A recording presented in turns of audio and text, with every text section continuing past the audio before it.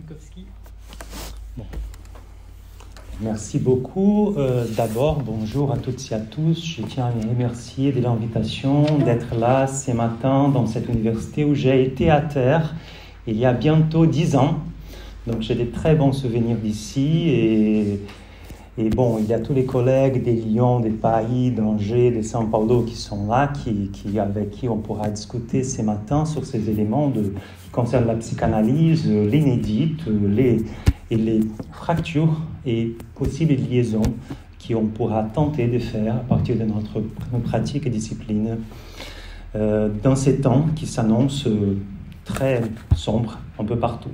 Mais bon, on a de l'espoir et c'est un peu de ça que je souhaite vous parler aujourd'hui, même si on parle même d'utopie depuis hier. Je voudrais vous parler d'une recherche que j'ai faite depuis 2 ans déjà, que j'ai menée au Brésil. Vous savez, comme j'ai dit, j'ai été à terre ici. À un moment donné, j'ai habité en France, où j'ai fait un certain parcours de ma vie.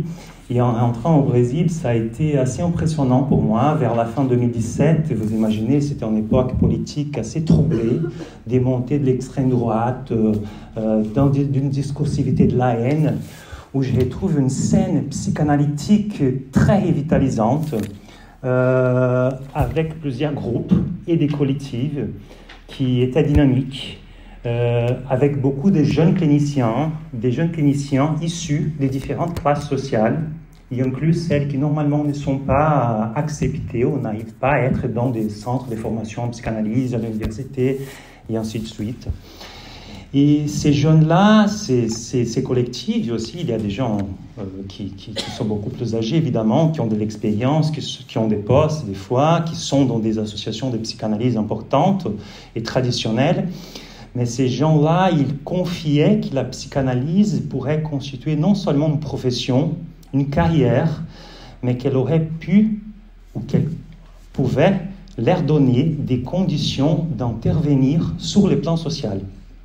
Ça, c'est très important, la fonction politique d'une clinique psychanalytique, d'une clinique offerte en tant que psychanalyse sur le plan social et de l'intervention de la parole analytique dans la société.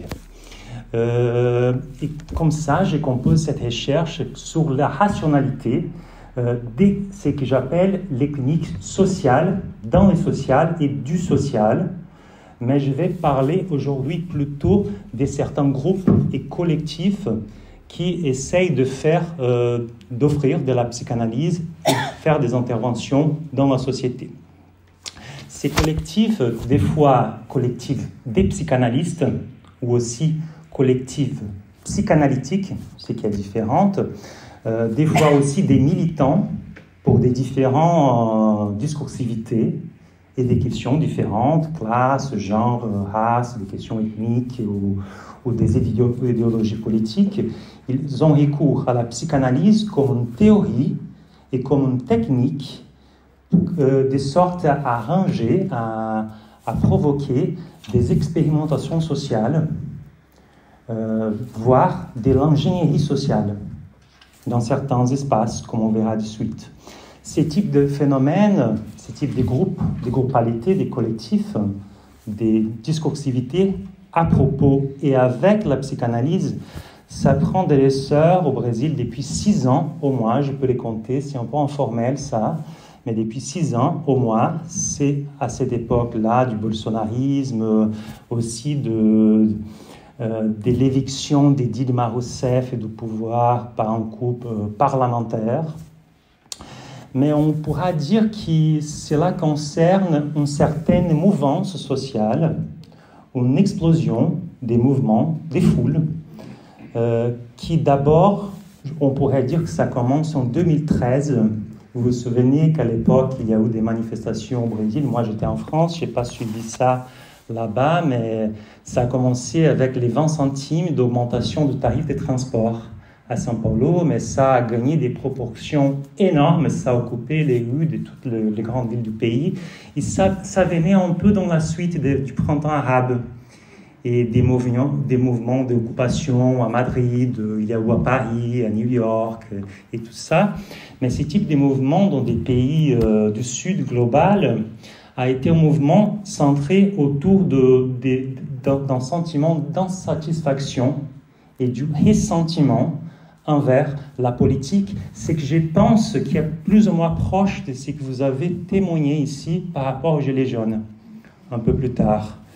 Ces types de sentiments on peut amener par les jeunes adultes plutôt, qui parlent d'un échec des instances politiques traditionnelles. Là, vous continuez de suivre ça. Hein. Un certain manque d'espoir de la jeunesse, aussi les manques de repères identificatoires avec les figures politiques et des instances qui ces figures-là représentent. Mais surtout, je pourrais dire que cela implique aussi une méfiance à l'égard des institutions. Et concernant la psychanalyse, les formations en psychanalyse, la place de la psychanalyse dans la société, aussi comme une issue pour la psycho et pour la psychologie clinique, ça concerne une méfiance à l'égard des institutions psychanalytiques elles-mêmes, comme si elles seraient incapables de donner de la formation, de donner une formation qui pouvait constituer une pratique cohérente avec l'esprit et les défis du temps. Mais bon, cette question s'est posée de la façon suivante. Sont ces institutions capables de tenir les caps de la transmission de la découverte de l'inconsciente, de ses effets et du travail sur les psychiques et les discours sans vouloir penser les structures des pouvoirs, d'emprise, des destructivités et surtout, c'était notre cas, mais c'est à vous aussi, franchement, de ces enjeux coloniaux. Sont-ils les analystes disponibles pour écouter et essayer de travailler dans des aspects transférentiels et contre-transférentiels qui concernent les différences, les souffrances, les malaises des classes, des races, des ethnies, des genres, du travail, dans ces temps d'ubérisation du monde du travail? Bon, c'est dites que je dise, clinique du social et dans le social, elle provoque une sorte de transformation dans les relations d'intention et d'extension de la psychanalyse. Là, je reprends un petit peu de Lacan, mais pas tant que ça. Ça implique des fois l'existence au sein de l'université d'activités d'extension et culture. À l'université au Brésil, nous pouvons constituer des dispositifs, des cliniques, des structures qui offrent des modalités d'intervention et de formation au public. C'est une des missions de l'université au Brésil. Donc, on est plus ou moins protégé juridiquement avec nos pratiques, ce qui est assez intéressant. Et ça concerne aussi cette protection que l'université offre de certaines mouvances politiques. Et vous savez, des fois, on est un peu interdit de faire certaines choses dans les champs sociaux, médico-sociaux. Et l'université, apparemment, elle peut protéger de ça. C'est ça qu'on a vécu au moins avec les bolsonarismes. Mais du coup, ça n'est pas tout à fait nouveau. On peut parler des réformes psychiatriques, on peut parler de l'inscription sociale des dispositifs analytiques dans les institutions médico-sociales et dans la militance des transformations de soins en psychiatrie et en santé mentale au Brésil aux années 70, 80 et 90. Mais nous pouvons aussi évoquer l'inscription sociale de la psychanalyse dès la dictature militaire. Ça vaut aussi pour l'Argentine, l'Uruguay. Et ça parle aussi d'une possibilité polymorphique de la psychanalyse, ou d'un devoir polymorphique de pouvoir s'adapter aux jouissances sociales et aussi constituer des façons de penser au refoulement, au désaveu, au déni, et ainsi de suite. Mais bon, je vous dirais que ce que j'essaie de cerner ici, c'est quelles sont les rationalités sur les pathos, la réflexion sur l'épistémologie analytique et en psychopathologie et les concepts des souffrances que ces types de groupes, des mouvances peuvent nous donner aujourd'hui. Ok, j'ai 10 minutes. Ces nouveaux groupes, ces collectifs, des fois groupes, il y a des différences, mais on ne sera pas très incisif là-dedans aujourd'hui, vont démarrer leur pratique et leur organisation tout au long des dernières décennies, gagnant de l'ampleur pendant et après l'évincement de Dilma Rousseff de pouvoir. C'est un temps pour nous des montées du discours de l'extrême droite. Vous savez, la mouvance de 2013 a fini très mal pour nous, avec une bonne partie de la population adhérant à une discursivité très violente envers la différence sociale et les possibilités des politiques publiques d'inclusion.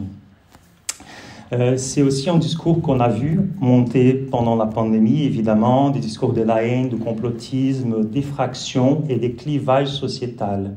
Ça accompagnait aussi des fois une discursivité religieuse, évangélique. C'est une autre partie de mes recherches, mais je ne rentre pas là-dedans. Pendant les bolsonarismes, plusieurs groupes d'analystes et des groupes sociaux en général parlaient de ces sentiments d'impuissance. Que peut-on faire avec tout ça? 4 ans au moins de ce type de discursivité. Comment faire face à cette destructivité qui prend en otage les cœurs, les âmes, les corps. À ces moments-là, on avait déjà au Brésil des politiques des quotas sociales et raciales. Je sais que l'idée peut être un peu embarrassante ici en France, mais moi j'ai été lettré ces dernières années au Brésil et c'est important, l'existence des quotas c'est très importante et ça transforme les panoramas des gens à l'université, dans le monde du travail, dans différents segments de la société. Mais aussi dans les institutions de psychanalyse, c'est que c'est parlé et ce qui était contesté était une sorte d'élitisme présente dans la position dite neutre du psychanalyste. Cet idéal de neutralité est un idéal qui, des fois, touchait surtout des questions sociales, notamment celles considérées, vous parlez ici, systémiques, chez nous on parle structural, racisme, empêchement de déplacement des classes, les transclasses que vous appelez ici, et surtout l'exclusion symbolique et éducative des parties importantes de la population. La création de ce type de groupes qui sont assez variés, je vous disais tout à l'heure qu'il y a des groupes d'analystes ou d'analystes, des jeunes cliniciens en formation qui vont s'organiser de façon complètement spontanée dans des régions d'une grande ville, des fois comme un projet universitaire, des fois aussi au sein des associations psychanalytiques, des fois des associations psychanalytiques très traditionnelles qui vont ouvrir une voie pour la création de ce type de groupes qui vont offrir des dispositifs d'intervention qui sont variés, des fois des dispositifs très classiques, dual. Moi-même, j'organise la consultation transculturale dans mon groupe à l'université. C'est très classique comme forme de travail clinique. Pourtant, au niveau de la supervision, ça bouge un peu. Et aussi, ce qui a commencé à m'intéresser aussi sur ces champs de ces nouvelles formes de groupalité analytique, c'était que j'ai remarqué que chaque fois plus, il y avait des gens qui cherchaient ces types de groupes, des collectifs, pour faire leur formation analytique. Pas toute la formation, c'était pas la seule inscription, mais c'était un type de clinique, des discussions, des discursivités et des militantismes, des fois, que les gens ont commencé à considérer importantes pour leur formation analytique, pour faire valoir quelque chose de l'éthique de la psychanalyse. Ça, je pense, ça a été spontané, ces types de mouvances. Et ça implique notamment, dans mon sens, des transformations de la conception du cas clinique. Un cas qui ne concerne plus seulement un individu, la famille, une certaine extension existentielle d'une personne, mais un cas qui concerne aussi les conditions structurales ou systémiques d'une vie, et notamment les types d'expression de la souffrance et des malaises. Donc les cas cliniques commencent à être compris dans ces types d'ouverture et d'élargissement, dans cette extension du cadre analytique Et ça aussi, à mon avis, ça commence à changer la façon avec laquelle certains groupes vont faire des supervisions, vont penser transfert, contre-transfert, et notamment transfert et contre-transfert avec nos théories, avec nos auteurs élus, avec les types de transmissions que nous avons au sein de nos institutions. C'est une forme assez vivante et vivace, moi je pense, de penser à la transmission et à nos affaires d'héritage et de colonisation, évidemment. Ça a été un point assez important dans ce sens. C'était l'apparition au Brésil du livre d'Elisabeth Andanto, historienne nord-américaine, qui a fait un travail en 2005 sur les cliniques publiques de Freud, des Free Clinics, Freud Free Clinics, où elle reprenait les tentatives de Freud de faire une polyclinique à Vienne et aussi à Berlin avec une certaine teneur socialiste, social-démocrate et des fois communiste. Ce texte a été traduit au portugais à fin 2018-2019 et ça a été assez important pour que ces gens, ces collectifs puissent se nommer. Quelques-uns se sont nommés comme des cliniques publiques, en faisant des fois des interventions dans des parcs, dans des jardins, etc. Et je vais profiter de ces dernières minutes pour parler un peu des innovations et des questions inédites, à mon sens, posées par ces chambres de travail, de ce type de groupes, celui des cliniques de social et dans les sociales. Il y a cette transformation de la conception du cas clinique, un cas qui concerne les groupes, les collectifs et les dispositifs. Donc les cas concernent les groupes. C'est les cas de groupe, pas de l'analyste. Deuxièmement, inclusion des corps, épistémologie et ancestralité au sein des pratiques et dans des espaces de formation en psychanalyse. Parler chaque fois plus des questions des corps, des races, des couleurs, reprendre aussi des épistémologies émergentes et divergentes. On lit beaucoup Fanon, par exemple, pour vous donner un exemple. Ensuite, ces discussions s'accompagnent de l'implantation de la politique des quotas raciales dans les institutions publiques, parce que les préjugés au Brésil ont des incidences, notamment sur ceux qui sont les plus noirs, ce qu'on appelle les colorismes. Ensuite, mise en question de l'appartenance des psychanalystes aux classes plus aisées, au moins dans le sens symbolique du terme, des fois pas dans les impôts, mais dans le sens symbolique. Par la suite, transformation de la conception du transfert et du contre-transfert, des discussions chaque fois plus importantes sur la décolonisation de la psychanalyse, ses héritages, ses épistémologies. Ensuite, c'est que ces nouvelles modalités de pensée de la psychanalyse et son extension dans les champs sociaux, on peut la considérer plutôt comme un symptôme de la défiance envers les institutions de nos jours, ou plutôt comme une question aussi générationnelle et transgénérationnelle qui dénonce un ratage dans nos modalités de transmission et des questions du désir de transmission. On ne veut pas transmettre, en fait, on veut garder le pouvoir. C'est une affaire institutionnelle importante. Par la suite, quelle est la centralité des opérateurs avec ces groupes et collectifs, comment ils se pensent et s'organisent? Bon, je vous dirais tout d'abord que je pense que ça concerne, cette discussion, une crise des institutions psychanalytiques. Ça, à mon avis, est fort probable. Peut-être aussi une crise de la psychanalyse en tant qu'institution, probable, à mon sens. Et aussi, là, j'ai une question, une crise de la notion d'institution en soi. Et ça apparaît comme ça dans le champ analytique. Ensuite, c'est un champ d'innovation technique, un laboratoire d'articulation de la psychanalyse avec les savoirs autres, un baromètre important pour les articulations entre psychanalyse et militantisme, certes, mais aussi entre psychanalyse et politique dans un sens plus large. Ensuite, mise à disposition des dispositifs analytiques aux populations qui n'en auraient pas d'accès, ça c'est très important. Possibilité de former les cliniciens autrement, y inclut des cliniciens issus des classes moins favorisées, qui puissent avoir l'accès en analyse et aussi à des formations. Par la suite, je vais finir bientôt.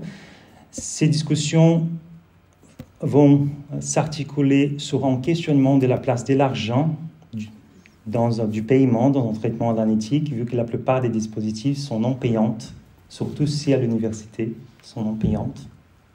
Et même les formations, elles sont non payantes. Par la suite, je finirai là bientôt.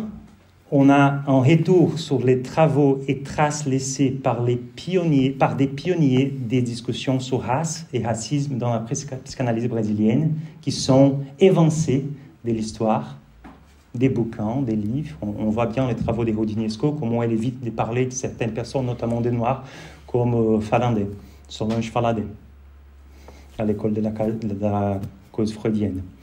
Et enfin, à mon avis, comme je vous disais, je pense qu'il y a une transformation du tissage entre intention et extension en psychanalyse. Merci